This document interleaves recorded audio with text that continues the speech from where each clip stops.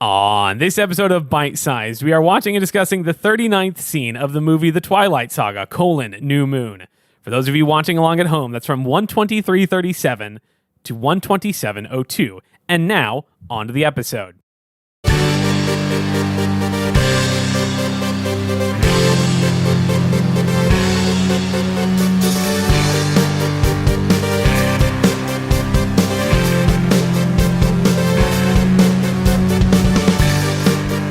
Hello and welcome back to yet another episode of Bite Sized. I'm getting right into it so we don't bullshit around anymore. We are going fast now. Listener, buckle the fuck Started recording, wasted about 5 minutes, said we were going to pull it together, wasted about 3 more minutes. Yup. Apologies to our editor. Podcasting is about efficiency. Hey, if this is hello and welcome or welcome back to yet another episode of Bite Size. If this is your first time listening, here's what's going on. My name's Ben. And I'm Sarah. And we're watching the movie The Twilight Saga, New Moon. One scene at a time.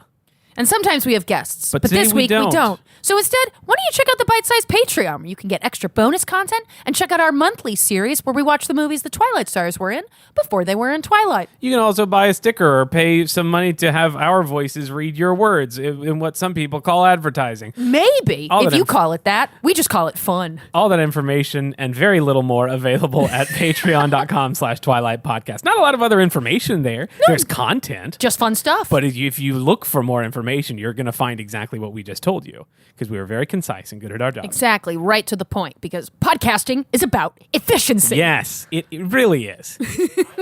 We're watching the 39th scene of the movie The Twilight Saga, New Moon.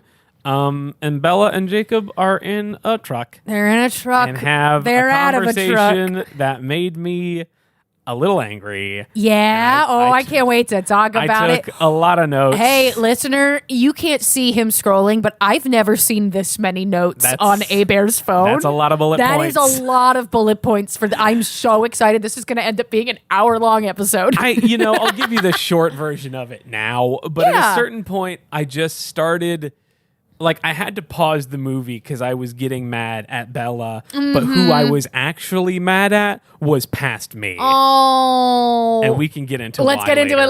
Okay, let's get into it. We'll get into that when we get into that. But we're starting. They're in a car, and it's Bella's car, and we've been here before, and I got confused because I was wait a minute. I did the exact same thing. Have we already watched this? No, wait. They were already in a truck. People can't be in a truck more than once. I feel like it was not even 10 scenes ago. No, probably not. Maybe 4 or 5 that it scenes was ago. Nighttime. Yeah. And Jacob was driving Bella back to her house in her truck. And then he Naruto runned away. Yes. Glad it wasn't just me. Yeah. Bella is very cold. She is very cold. Here's the thing. Yeah? Jacob, very warm. Yes, because werewolf. He werewolf. Uh-huh. And he run about 10 degrees warmer than a person. He say 108 degrees over here. That's very warm. That is incredibly warm. I think we've talked about this on previous episodes that Jacob can never go to an urgent care or a hospital ever again. Yeah, because they will just think he's dying. Right. They will just pull out a super soaker full of antibiotics and be like, you got to stay here. You're about to dead. And he's like, no, I'm fine. I promise. I run hot. Sir, you're leaving against medical advice. Yeah, I know. It's cool, guy. Don't worry. You can't make me stay here. You can't make me live. You're not my dad. Yeah. Yeah. 108 degrees over here. God. My hands are freezing. It must be nice never getting cold. It's a wolf thing. It's not. It's a Jacob thing. A, not true, and B, really sounds like you want to kiss him. It absolutely does, especially because I was I feel like this description has come up before of Jacob is the son. Am I making this up? I did a control F on the PDF of the book. She describes Jacob as a son and her son multiple times throughout the book. Yeah. This is from chapter 6. Like an earthbound sun, whenever someone was within his gravitational pull, Jacob warmed them. It was natural, a part of who he was. Yeah, The that sunshine boy. sounds familiar because it sounds how at least one girlfriend has described me, because I'm also Yeah? intensely warm and live in Chicago where winter nights get very cold. And I have had multiple people tell me like sharing a bed with me is like having a heater in And the do bed. you have your own gravitational pull? I mean, yes, because we all do. We all have mass. All right, listen. Yeah. All right, science. Science. You and I are exerting gravitational pull on one another proportional to the product of our masses and inversely proportional to the distance between us. And Jacob's a werewolf. He is a werewolf, yes. But just like Bella, you don't say something like that You unless don't you're say gonna start stuff like making this some money unless moves. you want to smooch somebody. Yeah. And like, what? That's just like such an intimate thing to say to Right. someone that like you're like your own son. Like, not that you're a sunshiny person, you're a warm Not person. that you remind me of your boy child. Yeah, it's I don't know, it's poetic. Mm-hmm. And you don't say poetic things about people you're not deeply attached to. No, and there's more to that coming in this Yeah. scene. And this is not the thing that I could relate to, but this is definitely the first thing that pissed me off about like, hey Bella, don't. Like Yeah. you're only making this worse for everyone involved. Yeah, especially it's the kind of thing I could see myself saying as a teen if I knew I was really into somebody and wanted them to like Yes. like me back. Not what we're going to get, No. but good try, Bella. And we're gonna get a little more, a little less subtle coming Yeah. up. But we'll get to that. We'll get to that. This is better. Now that you know about me. Yeah.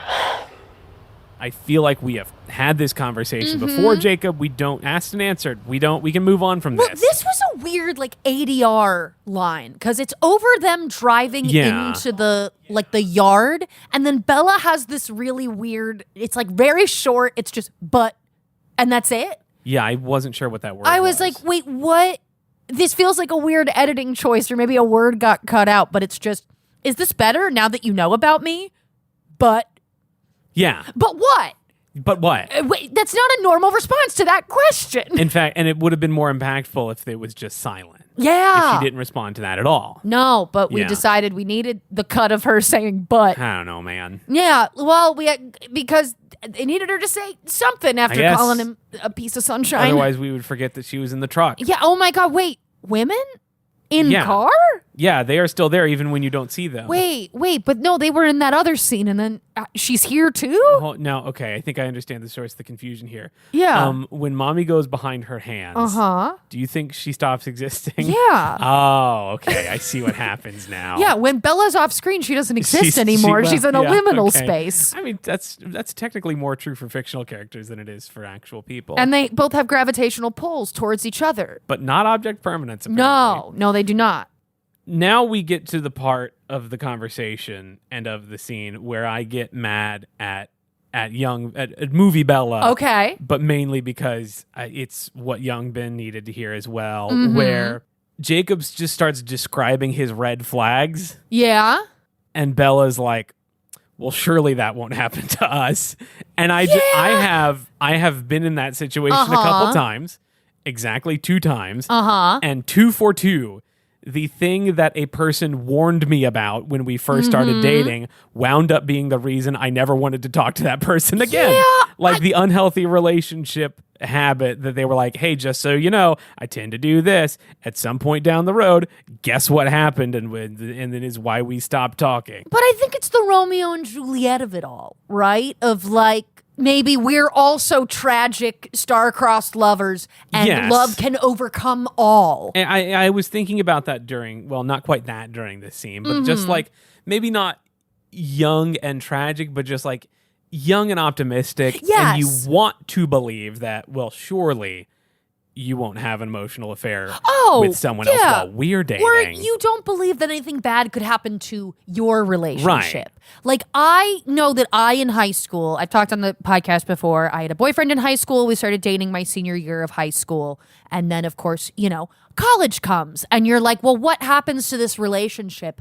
And I so desperately clung to the idea that, like, yes, a lot of like high school sweethearts don't make it, but like we're gonna make it, Right. Because like we're different and we're so in love, and like love can conquer anything, Right. And ultimately, we did break up. Like Yes. 6 months into our freshman years of college because it didn't make sense to be 2 hours apart and dating and like trying to make this work. And we are still incredible friends to this day, but I was so insecure, anxious about like letting that go. Yeah. Like I couldn't let it go.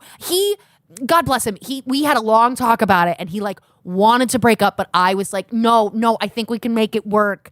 And it just love isn't enough sometimes. And that's okay. But like but that's like a life lesson you have to learn. You've seen Emily. Sam got angry. Lost it for a split second. Em was standing too close. What if I got mad at you?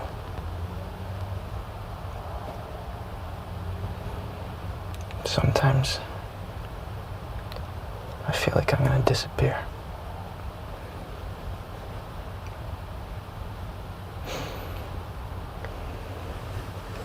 Not that you need me to tell you this, but I always will.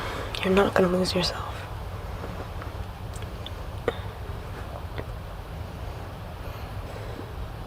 I wouldn't let that happen. Yes. Which is it's bananas. Yes. Jacob that you think says that's an option. sometimes I feel like I'm gonna disappear. And she says, you're not gonna lose yourself. I wouldn't let that happen. And it made me mad because it's like, hey, girly, don't ignore the red flags he's shoving in your face. Yeah. But she brings it back around to issue number one of getting a little too familiar with this gentleman who is not her husband, because he asks how she will not let him lose himself, and her response is to say, I'll tell you all the time how special you are. I want to stress what she says. Yes. That sentence does not start out, I would. It starts out, I will. It's I'll, but I will do that. And Yeah. Bella, that confers intent to me. Correct. That you are telling this man that I will be with you through it all. We're not in the hypothetical of the woulds and coulds now. Yeah, like I could do this, or maybe I could do this. It's a definitive. Yeah. I will do this. Yeah. That's a vow right there. We are two married people. That's a vow right there. Yeah, no. When the hit band All For One released their song, they didn't say, I would be there. I would by the moon and the stars and the sky. Might be there. They said, I swear. I will be there. And Bella, that is what you are saying. My notes for this were just like, these are not the kind of words you say to a friend. No. These are even like a friend who's going through it. Like, this just carries such a weight to it of like love and cherishing that we're going to see in 60 seconds. Actually, no, I don't. Right. And I get that. I was in high school once too and had big feelings for someone, and I thought, well, this is it. That's the only person I'm ever going to have big feelings for. And then you get big feelings for someone else, and instead of realizing, oh, maybe neither of those were big feelings, you think, oh no, two big feelings. No! How do I handle this? Yeah. I've got big feelings for this one person, but I have promised in my heart to another person I don't speak to about my feelings. I am betrothed. Yeah. Actually, this is a great transition Thank into you. Shakespeare language Ooh. because I, at the recommendation of one of our listeners, Andrea, I think she's emailed into the podcast before. She recommended checking out this section in the book because she says it's one of the only times she like pictures or talks about like what life would be like with Jacob. So this is one section of it. I'll read another section of it later. Get that reading music in here. Oh my God. This is from chapter 16. This is after Bella talks a bit about Romeo and Juliet and like, you know, obviously she is Juliet, Edward's Romeo. She talks about Jacob as Paris. And this is what she says. What if there were more to Paris? What if Paris had been Juliet's friend, her very best friend? What if he was the only one she could confide in about the whole devastating thing with Romeo? The one person who really understood her and made her feel halfway human again. What if he was patient and kind? What if he took care of her? What if Juliet knew she couldn't survive without him? What if he really loved her and wanted her to be happy? And what if she loved Paris? Not like Romeo. Nothing like that, of course. But enough that she wanted him to be happy too. Would it be so wrong to try to make Jacob happy? Even if the love I felt for him was no more than a weak echo of what I was capable of. Even if my heart was far away, wandering and grieving after my fickle Romeo, would it be so very wrong? And I want Bella to follow that instinct. God, girl, it's right You're on the cusp there. of a breakthrough.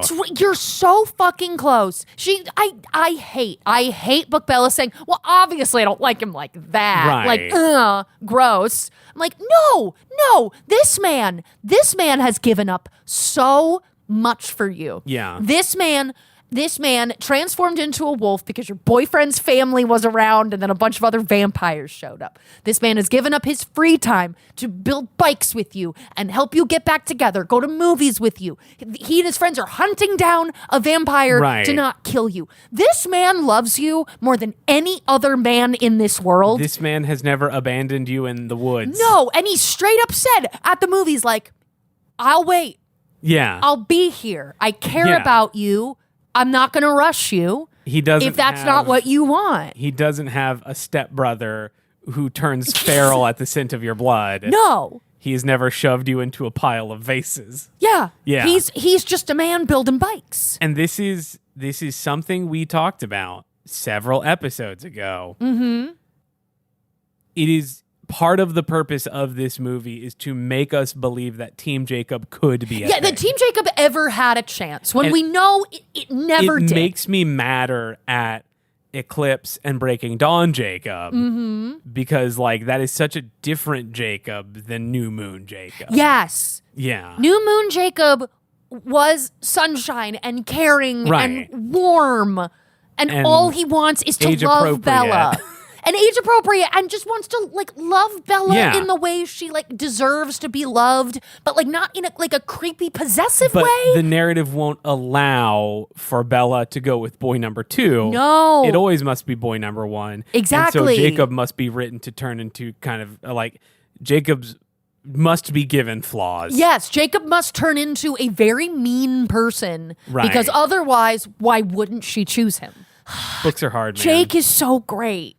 Okay, this guy, like, you know, he flies off the handle a little bit, but he's going through a lot. But you know, it's essentially like a medical condition. He's not in yes, he has control of it, but and right now, you know, he can't control the flare-ups. He's just started to grieve the loss of arguably the most important man in his life. Mm-hmm. He's going through, and for Bella and now we get to, you know, sort of the emotional climax of this scene because they're having this conversation where Bella is definitely saying all those things to him that you say to someone that you think, wow, I'm going to marry this guy. Yes, absolutely. And their faces are incredibly close together. Everything in the language of this movie says they are going to kiss. And he leans in and she starts to lean in. She starts. She's there. And and she sees it. And then she goes, winces. She doesn't. She stops and she makes a noise and she takes away the good thing she could have had. Can I read you this sort of section in the book? Yeah, and then I'll read you my note. Great. Again, this is chapter 16 from New Moon. He threw his other arm around me, crushing me against his chest, binding me to him. Again, this felt nice, almost like being a whole person again. Sorry, I know you don't feel exactly the same way I do, Bella. I swear I don't mind. I'm just so glad you're okay that I could sing. And that's something no one wants to hear. He laughed, his throaty laugh in my ear. Jake pressed his warm cheek against the top of my hair. If I turned my face to the side, if I pressed my lips against his bare shoulder, I knew without any doubt what would follow. It would be very easy. There would be no need for explanations tonight. But could I do it? Could I betray my absent heart to save my pathetic life? And then, as clearly as if I were in immediate danger, Edward's velvet voice whispered in my ear. Be happy, he told me. I froze. Jacob felt me stiffen and released me automatically, reaching for the door. Wait, I wanted to say. Just a minute. But I was still locked in place, listening to the echo of Edward's voice in my head. Bella, you are the creator of your own torment. Your fucking subconscious is telling you, go for it. Yeah. The movie's language is telling you, Ghost go for Edward is saying, get it, girly. Yeah, and you're saying, no, but guys, he could come back any day now. But what Edward and I have is real love. Listen, he's 117, and sure, he's emotionally distant, and he's really fucking weird, but I love him. It's just because his dad is a billionaire. Yeah. What was your note? That was my note. Oh, that was Bella, your note? You are the creator of your own torment. That's fair. I just wanted to make sure I held space for that. I get real mad. I just get real mad at Bella. I do. God, it's just... And it is, to be clear, a lot of feelings about my younger self projected onto the movie girl. Absolutely. Yeah. I feel like this scene is such like a universal teenage experience. Yeah. Of not, like, knowing you like someone, but not being willing to commit, but you can't pull back because you enjoy the feeling of being loved. Yeah. I think this scene, everybody has been one of these two. Right.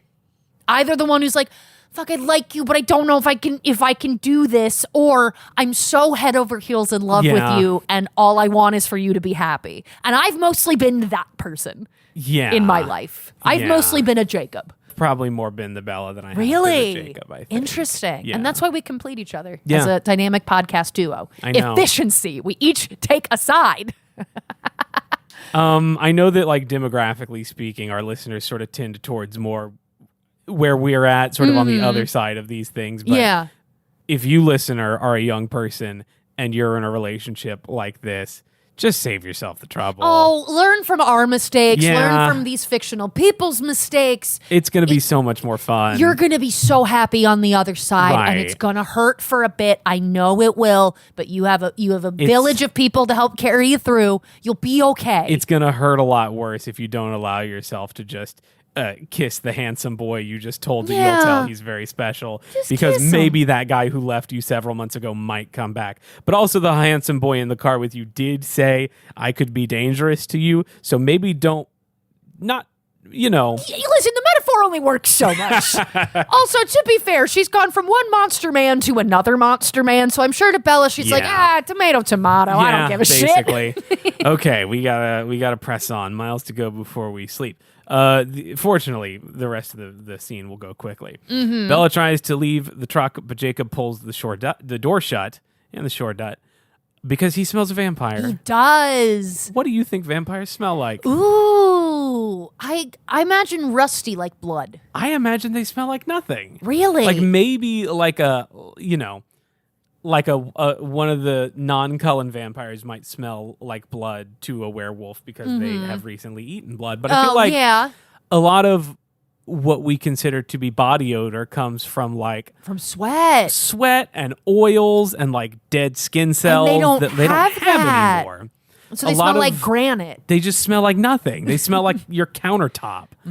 That's yummy. And so honestly, I'm surprised that Jacob could smell this I don't vampire know. at all. It's heightened senses of a wolf, a woo. Whatever. Sure, Steph. Carlisle's car is there. Yeah. For some reason, though, the music doesn't want us to believe this is a good thing. No. We see Carlisle's car, and the music is like, but wait. No, like Jacob says, this is a trap, Bella. That's a dangerous car. No, cars could kill you, Bella. Remember that time? There could be a monster in there. Yeah. But not the kind that you want to kiss. Are you writing an opera for Twilight? I'm the music. I love it. I've sort of become the Greek chorus. I love it. telling Bella to ignore this car that for all reasons we should be like, oh, cool. Oh, awesome. They're back. Yeah. Cool. We have no reason to distrust this music. Calm down. Yeah. Jacob does think it's a trick, not a Which treat. I think is a reasonable thing. Yeah, he's distrusting of vampires in general, and we'll get into that later in the next scene. I have more notes about that in the next week's episode that we haven't recorded yet. She walks towards the house. She's like, I'm going in there. Yeah. All the information she has says there's a vampire, there's a Carlisle car. It's a friendly vampire. That's good vampire. Right. But the music and the Jacob are like, girly, don't. He grabs her by the arm. A little too hard. Gets a little tense there. Jacob stresses that if the Cullens are back, he can't wolf out. Yeah. You're about to cross the line. This is their territory. Yeah. If anything goes wrong, I can't protect you. And all I want to do is be there for you. Again, something we'll get more into in the next episode. We get a little bit more of the sort of very heightened emotional language. Yes. You're about to cross a line. Then don't draw one. Then don't draw one. Must have felt good to be able to come back with a comeback Oh, like that's that. such a good comeback. That's usually the kind of thing you think of like a couple days later. Yes, as Bella's walking down the street, Yeah. like, fuck, I would have said that. Good for her. But Bella enters her house where she lives. I wonder who or what will be in there. We don't know, but Jacob don't. goes to his truck and he fucking slams the door. Yeah. And I'm like, Jacob, I feel the exact same way Also, right Jacob, now. that's not your truck. Treat it with a little more respect. You're right, it's Bella's truck, not It's his. He Bella's was truck. just driving but it. we see him driving it more than we see her driving it. That's fair. If we had to give this scene a name, what would it be? And this is also going to be the name of the episode, so let's make it good. This is some sort of weird, I don't know, retrogressive therapy or something. I know. Where we're just like shouting at our younger selves in the form of these two fictional teenagers. I kind of want in all caps, just kiss already. That's not bad. Just kiss already. Just kiss already. Because they should. They and she should. definitely God, starts just to. do it. You want to. Just allow yourself, listener, learn from my personal mistake. When you're a young person like that, just allow yourself to have the fun experiences.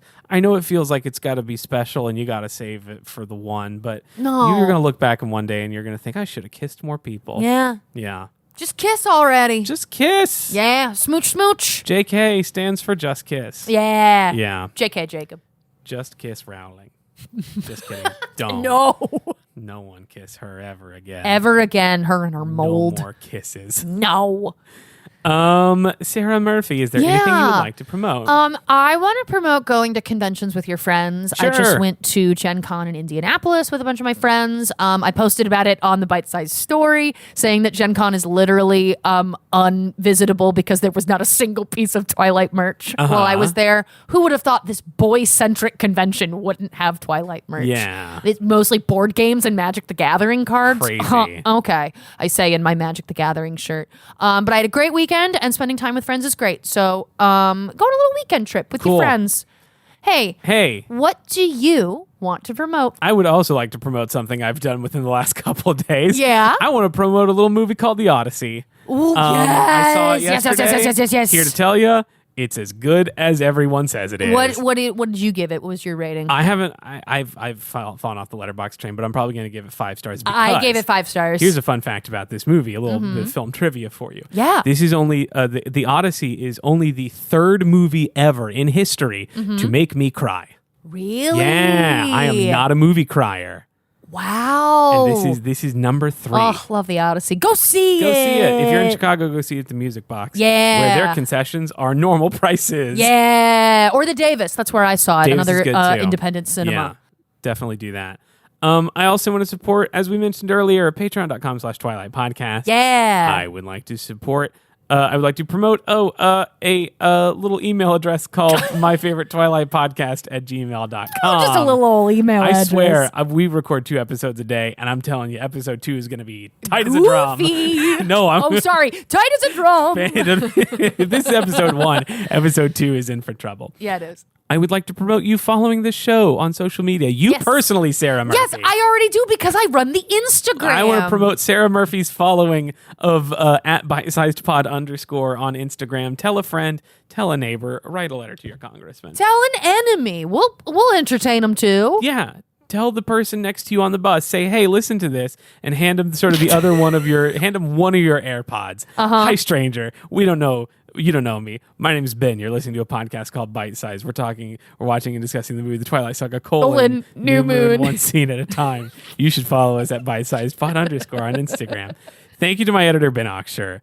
Apologies to my editor, Ben Oxshire. Ben, I'm so sorry. Thank you to the band Swimwear Department for letting us use their song Maul to Death. And that is it. That is all we have for this episode. As we always say at the end of every episode. Bella, just smooch. Yeah. Just smooch. Yeah. Be happy, Bella. Yeah. Be happy. Yeah. Yeah, just Yeah, kiss him. just kiss him. Just kiss him. And you don't have to kiss him 1,000 times after No, that. it's just like- just it's kiss just him one one smooch. time. One smooch, see how you like You're it. allowed to kiss him once and then decide to never kiss him It's again. like a Costco sample, you And know? then you Try don't, before you buy. And then you don't go the rest of your life thinking, boy, I wish I'd have kissed that boy. Yeah, no regrets. Yeah. No regrets, Bella. No regrets, all kisses. Oh, fuck. New episode title. New regrets, all kisses. We're throwing it at the very end. Yes. See you next time. Bye. This is why you let the bits go on.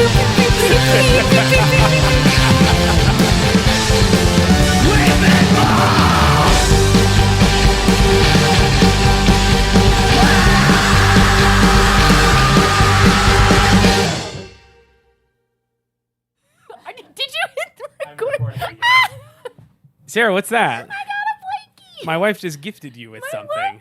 My wife. Your Hey! wife. Our wife, You can't have comrade. two. Why not? Come on. Why not? Minnie, When she leaves, you go home with her. you thought of me? I did think of you because they're very popular on TikTok right now, and I was like, I think Sarah needs one. I do. Murph, what's that you got there?